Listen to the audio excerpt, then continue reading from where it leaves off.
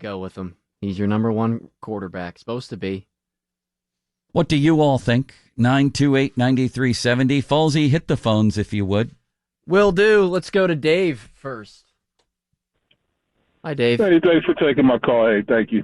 So I think they will go with Trubisky, and I do expect him to play better, just because of the experience. And Kenny has been looking bad. He's been looking anxious in the pocket.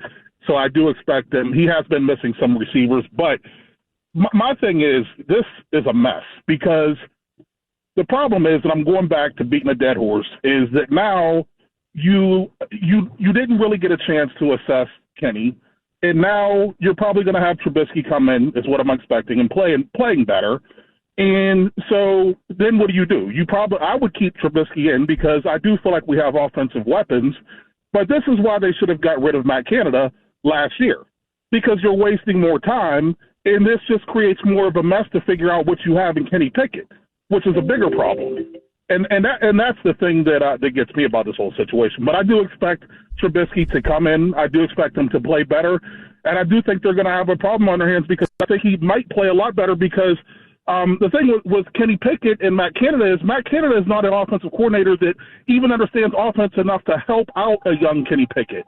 So what I'm saying is Kenny Pickett never had the benefit of a good offensive coordinator to get him going. And when he started struggling, he didn't have someone to put him in positions to do better. So now I think we're going to be in a bit of a mess offensively. All right, let me ask you this. You think Trubisky will play well. What does that say about Canada? Does he play well despite Canada? Well, I think... Or might it say that Pickett hasn't been good enough with Canada?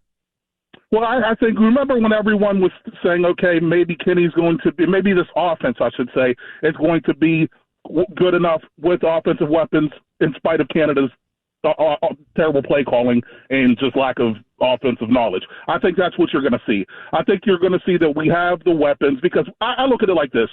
When you're in preseason and we looked great, right? Nobody's scheming against you, so it's kind of just talent on talent, and it's dry. So you see that we have the talent. Even Pickett has the talent. But so I do believe the offensive talent is there. I think it's going to be kind of in spite of Canada. I think you might see a boost in what we look like on the offensive side. But then here's the situation.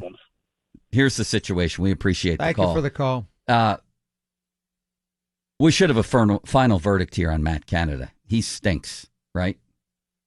Yes. We've had 39 games now. Overwhelming numbers say that. 39 games. They're about to have their 40th game without 400 yards. So regardless of anything else, this is an embarrassment, really, to Art more than anybody else. And they probably should have moved on in the offseason. He should have stepped in. Do you think there's any chance that Tomlin announces today that Canada's been demoted or simply fired? No. Zero. Now, Zero? Ask me that.